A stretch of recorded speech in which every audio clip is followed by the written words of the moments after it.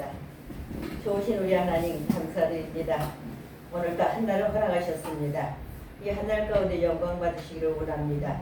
우리의 연약함과 부족함을 사랑하시고 언제나 좋으신 하나님, 무엇보다도 한날을 허락하실 때는 하나님 영광 가지시기 원하셔서 허락하셨사오니 이 시간에 우리 제일 서부 시차를 축복하시고 무엇보다도 포동교회 이강단을 축복하여 주옵소서. 하나님의 그 크신 사랑이 이 시간에 함께 하실 줄을 믿사오고 예수님 이름으로 축복하며 기도합니다. 아멘. 오늘 말씀은 제가 읽으셔서 알고 감사합니다. 여기로 오시느라 수고들 하셨습니다. 오늘 말씀 하나님께서 언약을 세우셨습니다.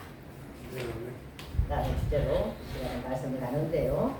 오늘 말씀 요절이 27절 말씀인 것 같아요. 여호와께서 모세에게 이르시되 너희 이 말들을 기억하라. 내가 이 말들의 뜻대로 너와 이스라엘과 언약을 세웠습니다 하십니다. 아멘. 아멘. 옛 어른들이 하시는 말, 무엇보다도 전설적으로 지금까지 이어서 오는 말. 별성 부른 나무는 떡잎부터 다른 말이죠. 네. 출발이 중요합니다. 우리가 제일노예를 시작할 때는 명분이 안 됐어요. 근데 벌써 이렇게 수가 많아서 이렇게 나눠졌다는 게 나는 놀라워. 그렇죠? 아주 가정이 중요합니다. 그래서 가정이 중요한 것만큼 결과도 중요하고요. 우리 제일노예 서부 시찰 출발 과정 결과가 아주 중요한 줄 믿습니다. 얼마나 오래 살았느냐 보다도 어떻게 살았느냐가 더 중요하다고 해요. 그죠? 앞모습보다 뒷모습이 더 아름다워야 한다는 말도 있어요. 우리 그렇게 가십시다. 그래서 잘 우리 목사님들 그렇게 사십시다. 네. 떠나고 나니 더 그리워지는 사람, 더 보고 싶은 사람 이때예요. 그래서 옛말이 내 것 주면서도 내 것을 주면서도 이쁜 사람, 받아 먹으면서도 비운 사람 그런 말 있죠. 우리 식구들은 그러지 말고 그냥 다 이뻐하고 사십시다. 예. 모세는 이스라엘 역사의 위대한 지도자였어요. 이스라엘의 가장 위대한 역사는 출애굽 사건입니다. 모세는 애굽에서 힘겹게 살아가는 이스라엘 백성을 출애굽시킨 위대한 지도자로 쓰임을 받았어요. 모세는 애굽에서 40년, 미디아 광야에서 40년, 이스라엘 지도자로 40년을 살았다고 해요. 우리는 어떻게 살아야 되는지, 우리 목회 가정은 어떻게 해야 되는지. 모세는 하나님을 뵙기 위해 시내산에 올라갔습니다. 40주를 금식하며 하나님께 십계명을 받고 시내산에서 내려왔어요. 그의 얼굴에 강체가 났다고 합니다. 하나님을 대면한 모세를 통해 나타난 세 가지 변화를 우리는 볼 수가 있습니다. 첫째는 모세의 얼굴에 강체가 났어요. 두 번째는 십계명을 받고 시내산에서 내려왔습니다. 그의 얼굴에 강체가 여전히 났고요. 하나님을 대면한 모세를 통해서 나타난 세 가지가, 첫째는 얼굴에 강체가 났고, 두 번째 하나님께서 하시는 하나님과 함께 하시는 권위가 나타났다고 했고, 세 번째는 눈이 흐려지지 않을 때, 눈이 흐려지지 않고 기력이 쇠하지도 않고 건강함이 나타났다고 합니다. 백성들이 모세의 강체나는 얼굴을 보고 수건을 가렸다고는 말씀하시지요. 모세의 얼굴에서 나는 광채, 이것이 우연히 생긴 것일까요? 아닙니다. 우연히 생긴 것이 아니고 모세의 얼굴에서 나는 광채는 하나님의 영이 지배한 모습이다. 하나님의 영이 지배를 하기 때문에 광채가 나는 것입니다. 성경의 스데반도 그렇게 했어요. 예수 그리스도의 십자가와 부활을 전할 때 사도행전 6장 15절 말씀에 스데반의 얼굴이 광채 천사의 얼굴 같았다고도 했습니다. 사도행전 7장 56절에는 보라 하늘이 열리고 인자가 하나님 우편 보좌에 서신 것을 말하노라. 우편 보좌에 서신 주님을 보는 시간, 순간 천사의 얼굴 같았다고 했습니다.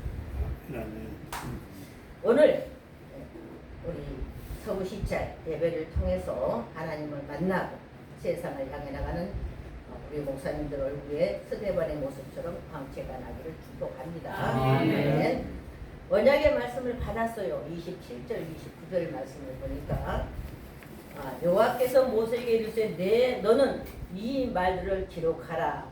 이 말씀으로 이스라엘과 하나님은 언약을 세웠습니다 라고 말씀을 합니다. 그래서 성경을 읽고 듣고 지키는 자는 복을 받는다고 합니다. 아멘. 아멘. 너는 이 말씀을 기록하라. 모세는 시내산에서 하나님의 말씀을 받았고 그 말씀을 기록하였습니다. 이에 모세는 40일 떡도 먹지 않고 물도 마시지도 않고 밤낮 금식하며 말씀을 기록했는데 28절 말씀을 그렇게 합니다. 우리는 그렇게 할 수 있을까요? 오직 하나님의 말씀을 받고 기록하는 데만 집중하였다. 그 언약의 말씀이 곧 십계명이다. 이 말씀이 하나님과 이스라엘의 새로운 언약이었습니다. 그렇게 말씀을 받는 모세 얼굴에 광채가 난 것이 29절 말씀입니다. 예수님도 변화하셨는데 그 얼굴이 해같이 빛났다고 했죠. 마태복음 17장 1절 2절 말씀입니다. 하나님이 인간을 창조하실 때 얼굴을 통해서 사람의 성품과 인격과 마음을 알 수 있도록 창조하셨습니다. 그래서 얼굴이 마음의 거울이다 라는 말을 하지요. 하나님이 인간을 창조하실 때 얼굴을 마음과 성품과 인격을 주신 것처럼 사람에게 가장 중요한 것이 얼굴이라고 합니다. 사람에게 가장 중요한 것이 얼굴이라면 사람의 얼굴을 자세히 보면 희로애락이 있어요. 얼굴을 그 사람의 살아온 삶을 말해줍니다. 그래서 기왕이면 우리가 세상을 살 때 말이란 것이 말로 할 수 없이 많지요. 하루에 책 한 54쪽 정도를 말을 한다고 사람. 그보다 더 많이 한 사람이 있고. 그렇지만 말 가운데 기왕의 말을 하려면은 세우는 말, 건설적인 말, 살리는 말 하십시다. 우리가 말하고 살 때 그렇게 사십시다. 자세히 보면 희로애락이 나타난다고 하는데 정말 목사님들 자세히 한번 봐보세요. 얼굴에 다 나타나요.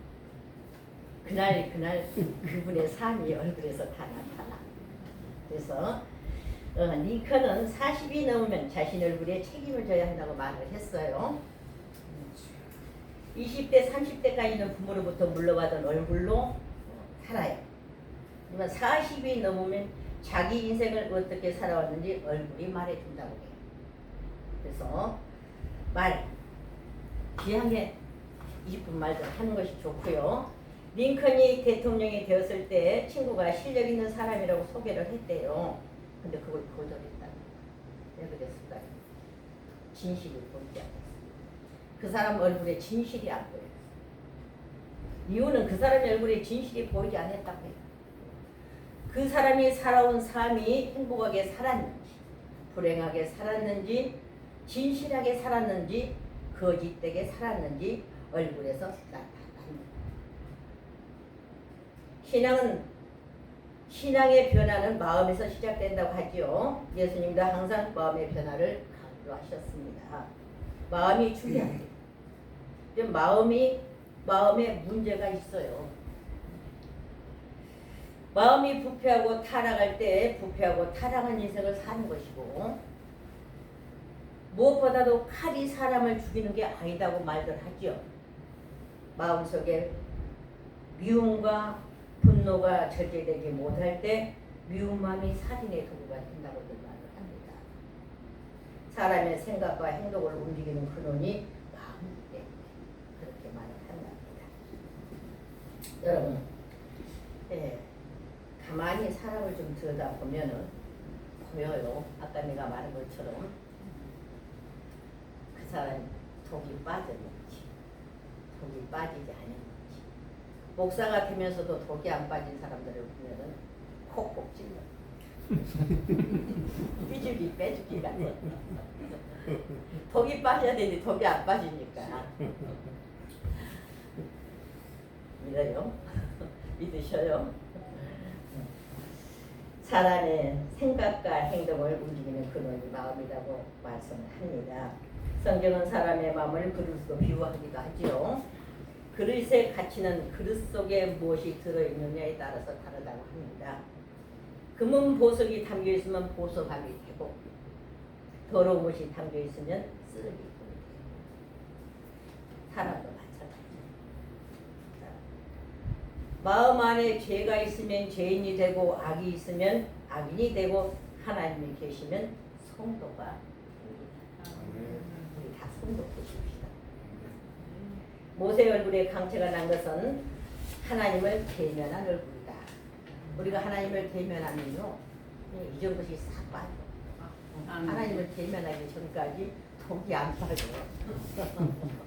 독이 안 빠져서 가만 되다 보면 저분 목사 맞을까? 개차반 같네 소리가 나와. 그죠? 독이 안 빠진 사람 딱 보여.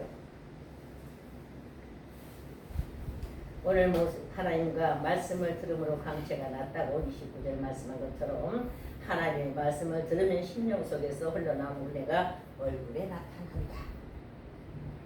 하나님의 말씀을 받아들인 자는 하나님의 빛이 들어가고 그의 얼굴에서 광채가 나옵니다. 마음이 고와야 그 세상 노래도 있어요. 마음이 고와야 여자지. 얼굴만 예쁘다고 여자냐? 그 다음에는 몰라. 참 유행가 잘하는 사람 나는 참 대단하다고 생각합니다. 유행가를 문제부터 하나도 몰라. 여러분들 하나쯤은 알아야 되는데 하나도 가사를 끝까지 아는 게 하나도 없어. 제가 옛날에 무슨 얘기 좀 해볼까요? 결혼해서 첫 아이 낳고 얼마 되지 않았는데 그때만 해도 예뻤던가 봐. 오늘 밤 예쁘게 하고 좀 나와달래요. 어디로 오냐고 어디로 오라 해서 찾아갔어요. 누가? 얘가 우리 맞았어. 그때는 젊은 서방님이 오라고 해서 찾아갔어. 찾아갔는데 그게 빠지를 모르고 한 번도 안 가봐고 그 술집에서 그게 노래 부른 것을 처음 봤거든. 그걸 처음 가봤어. 근데 무대에서 그 친구가 노래를 부른다고 뛰어 올라갔는데 홍도야 울지 마라 노래를 부른대요. 내가 가자마자 재수씨 현수씨 하면서 손을 꺾고 올라가더라고요. 한참 노래를 부르는데 홍도야 울지 마를 부르는데 무슨 많이 들어본 노래요. 근데 오빠가 있다가 수도 거기 내가 할게요. 그러고는 여기다 딱 대고 오빠가 있다고 다면 몰라. 가만히 장승처럼 서 있다가 끝나니까 아멘. 아멘 소리가 나. 끝나니까 마이크를 딱 대고 아멘. 그러니 집에 데려다 줬을까요? 안 가고 했을까요? 바로 붙고 나서 택시 태워서 집에 보내버리더라고. 이제까지 모르다 보니까 그런 우세도 좀 하더라고요. 가운데 또 막 머리 꼴랑이 하나서 그렇게 모르다 보니까. 왜 그러냐면 초등학교 2학년부터 예수를 접했어요. 그래서 세상을 몰랐어요. 초등학교 2, 3학년에 그 전도하는 전도사님이 한 주에 책을 2만 석 갖다 줬어요. 그래서 2년을 공부를 오빠하고 2개 했어요. 신학교를 가니까 그 신학을 해버리더라고. 그때 신학을 해버렸어. 그 신학 공부예요. 그러니 유행가를 모르지요. 유행가를 접해봤어야 유행가를 알지. 유행가를 모르다 보니까 참 어쩔 때는 답답하더라고. 이렇게 가서 어디까지 하다 말아본지 모르겠네.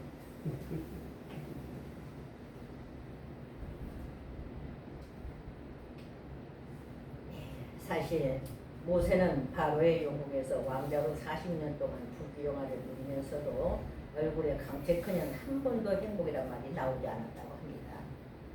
그러나 광야의 고달픈 길을 걸으면서도 하나님을 만난 후 모세 얼굴에는 광채가 나고 있습니다. 이것이 바로 하나님을 대면한 자의 모습이요 말씀을 받는 자의 모습이다 라고 합니다. 오랜 신앙생활 기도 많이 하신 분 장로님 권사님들 얼굴을 한번 보시면은 연세를 드셨는데도 불구하고 얼굴이 곱게 늦고 주름살도 아주 예쁘게 잡혔어요. 왜 그럴까요? 왜 그럴까요? 하나님의 영, 성령의 영으로 나타나는 변화의 모습입니다. 장로님은 장로님 같고 권사님은 권사님. 근데 집사나 목사를 보면요, 독들이 다 안 빠져요. 독들이 안 빠져요. 물론 권사님도 그런 분이 계시지만 특히 목사님도 얼굴에 독이 안 빠지면 참 답답해요.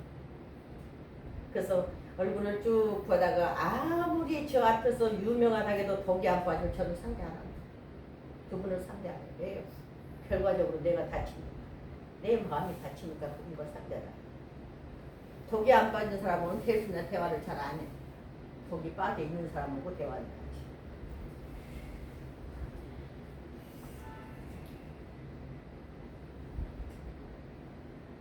하나님의 영이 심령을 지배하고 있기 때문이라고 말씀드립니다. 그래서 마음에 평안이 있고 하늘의 소망이 있기 때문에 사람의 얼굴은 마음에서 만들어집니다. 그래서 만들어집니다. 여러분은 아침에 거울로 얼굴을 볼 때 마음을 살펴보시기 바랍니다. 마음에 나를 한번 살펴보세요. 거울을 볼 때. 웃는 연습도 좀 하시고. 그런 두 번째는 언약의 말씀을 전했습니다. 30절 32절 말씀이에요. 모세는 받는 말씀 그대로 전했다고 하죠. 그런데 모세 얼굴에 광채가 남을 보고 백성들이 두려워했다. 두려워했다고 하는 것은 하나님이 함께 하심과 존경을 나타내는 말씀입니다. 여러분의 변화된 모습도 가장 가까운 가정이나 주변에 나타나야 합니다. 살아가는 삶의 방식이 달라야 한다. 특히 우리 목사님들 삶의 방식이 다르지 않으면 안 돼요. 첫째, 내 자녀들한테, 내 가족한테 인정을 받아야 돼요. 가족한테 인정받지 못한 목사 불쌍합니다. 여러분의 변화된 모습도 꼭 나타나야 되겠죠.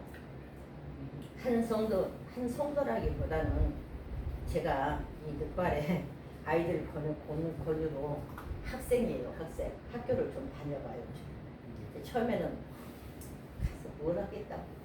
점점 좀 빠졌으니까 재밌더라고요. 제 옆에 앉으신 분이 이름이 김보배예요. 이름이 김보배인데 신앙생활 아주 잘해요. 군사이죠. 얼굴에가 권사 써졌어요. 근데 자기 남동생이 개차발이다. 조그마한 회사를 가지고 있는데 하루에 담배가 2관. 하룻밤도 자기가 운전을 하고 집에를 안 온답니다. 그만큼 술을 곤드레 만드레 취해서 들어온다.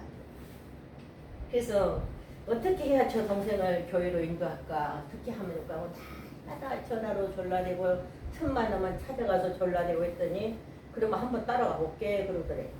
그래서 주일 예배를 따라왔대. 따라오고 하더니 언젠가부터 공예배를 빠지지 않더래. 그러던 어느 날 한밤중에 전화가 왔어. 큰일 났어. 누님 나 큰일 났습니다. 큰일 났어요. 그래서 깜짝 놀라고 야 사업이 부도가 났는가? 아니요. 무슨 병이 걸렸는가? 아니요. 아이들이 다쳤어? 아니요. 어째 안 사람이 죽었대? 아니요. 그럼 무슨 일인가? 아무튼 큰일이 났다. 그런지 아시라고 전화를 딱 끊더라고요. 그래서 목사님한테 전화를 드리고 아침에 회사에 출근하자마자 쫓아갔대요. 뭔 일이 났는가 하고 멀쩡하더라고 와서 보니까 아이 뭔 일이 났다더니 왜 이렇게 아무 일이 안 난 것 같아. 그랬더니 났어요. 뭔 일? 내가 하루에 2갑 피우던 담배가요 속에서 안 받아요. 술도 안 받아요. 그러니까 완전 큰일이 났죠.